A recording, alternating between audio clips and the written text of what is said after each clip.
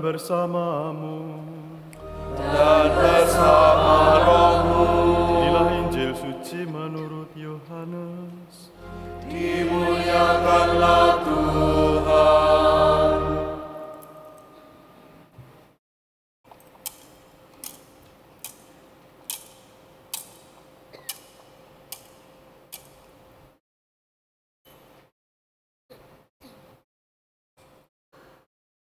Ketika Yesus dihadapkan ke pengadilan, bertanyalah Pilatus kepadanya, "Apakah engkau raja orang Yahudi?" Jawab Yesus, "Apakah engkau katakan hal itu dari hatimu sendiri atau dari orang lain yang mengatakannya kepadamu tentang aku?" Kata Pilatus, "Apakah aku seorang Yahudi? Bangsamu sendiri dan imam-imam kepala telah menyerahkan engkau kepadaku. Apakah yang telah engkau perbuat?" Jawab Yesus, "Kerajaanku bukan dari dunia ini. Jika kerajaanku dari dunia ini, pasti hamba-hambaku telah melawan, supaya aku jangan diserahkan kepada orang-orang Yahudi. Akan tetapi, kerajaanku bukan dari sini." Lalu kata Pilatus kepadanya, "Jadi, engkau adalah raja?" Jawab Yesus, "Engkau mengatakan bahwa aku adalah raja. Untuk itulah aku lahir, dan untuk itulah aku datang ke dalam dunia, supaya aku bersaksi tentang kebenaran, dan setiap orang yang berasal dari kebenaran mendengarkan suaraku." Demikianlah sabda Tuhan. Terpujilah Kristus.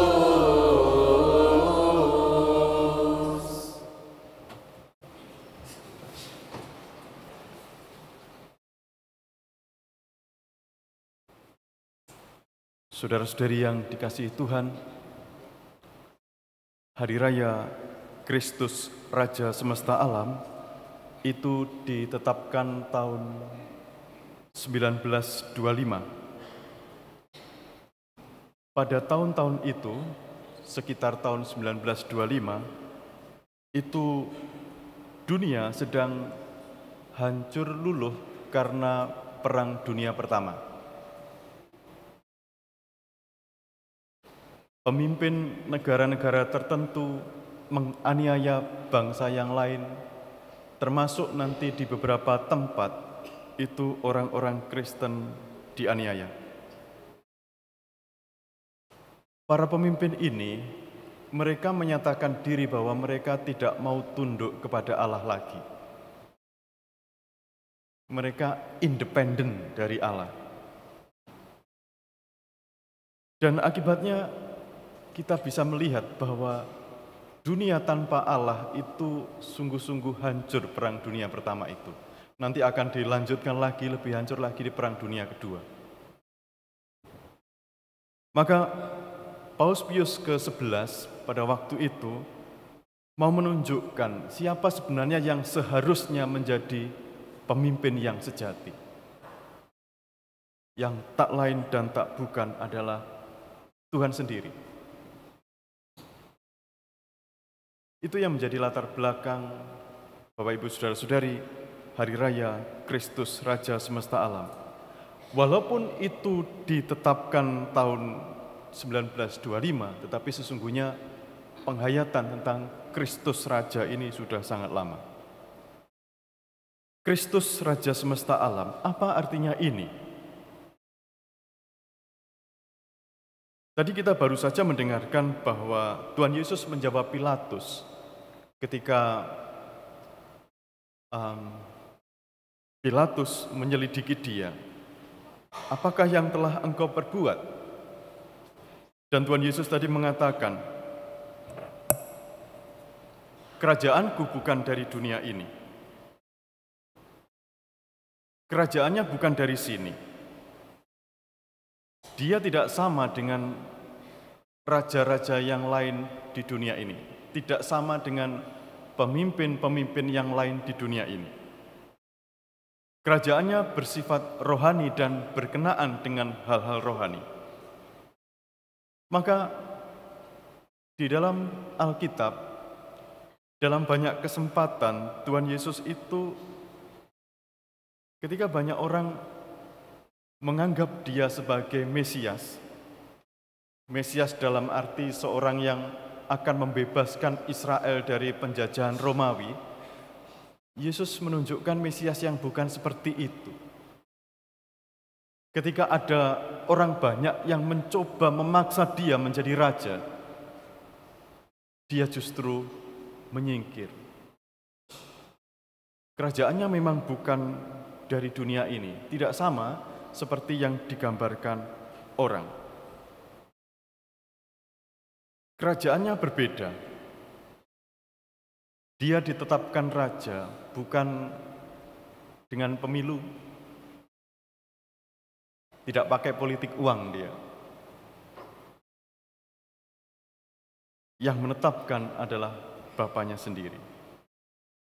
Yang menjadi penjaganya itu bukan tentara, melainkan malaikat-malaikat. Paspor atau KTP tidak dibutuhkan di dalam kerajaannya, karena siapapun boleh masuk asalkan mereka setia kepada Tuhan. Tidak perlu menjadi pejabat tinggi untuk datang kepadanya, karena semua adalah sama di hadapannya. Semua boleh menjadi anak-anaknya. Senjata atau kendaraan lapis baja tidak dibutuhkan di sini, sebab yang dibutuhkan di dalam kerajaannya adalah kelembutan hati.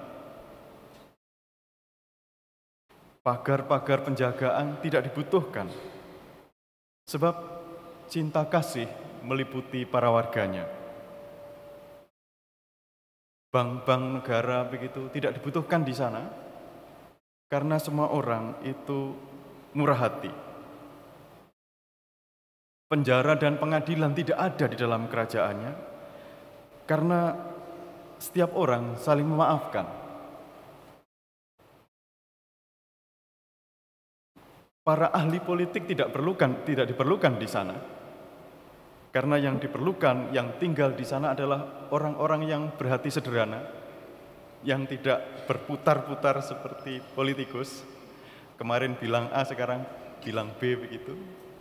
Tidak seperti itu, karena yang dibutuhkan adalah orang-orang yang berhati sederhana.